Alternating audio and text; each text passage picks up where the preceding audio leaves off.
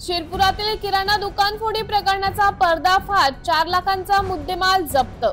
शिरपूर शहरातील मारवाडी गल्ली येथे असलेल्या ताराचंद शिवलाल अँड कंपनी या होलसेल किराणा दुकानाचे शटर तोडून 17 ते 18 मे दरम्यान अज्ञात चोरट्यांनी 4,06,000 रुपये 885 किमतीचा किराणा माल चोरून नेला होता। दुकान मालक निलेश ताराचंद डागा यांनी दिलेल्या तक्रारीवरून शहर पोलीस ठाण्यात गुन्हा दाखल करण्यात आला होता। पोलीस निरीक्षक किशोर कुमार परदेशी यांच्या मार्गदर्शनाखाली गुन्हे शोध पथकाने तपास सुरू केला। गुप्त माहितीच्या आधारे मालेगाव येथील वाहिद हसन सिद्दीकी याला ताब्यात घेण्यात आले। चौकशीत त्याने चोरीची कबुली देत माल पाचोरा येथे सदाशिव पाटील यांच्याकडे लपवून ठेवलेला असल्याचं सांगितले।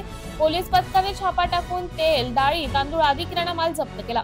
पुढील तपास वाहिदच्या 3 साथीदारांचा आशिफ टेलर उर्फ आसिफ इक्बाल, इम्रान उर्फ बंड्या कुरेशी व सोनू सय्यद हुसेन सर्व राहणार मालेगाव यांचा सहभाग उघडकीस आला असून त्यांनाही अटक करण्यात आली आहे। चौघांच्या विरोधात यापूर्वीही गंभीर गुन्हे दाखल असल्याचे निष्पन्न झाले आहे। ही कारवाई पोलीस निरीक्षक परदेशी, पोलीस उपनिरीक्षक सुरेश सोनवणे व गुन्हे शोध पथकाच्या पथकाने केली असून पुढील तपास सुरू आहे। शिरपूर पोलीस स्टेशन येथे गुन्हा नंबर 276/2025 अन्वये सुमारे 4,06,000 रुपयाचा किराणा माल चोरून नेल्याची तक्रार दाखल होती।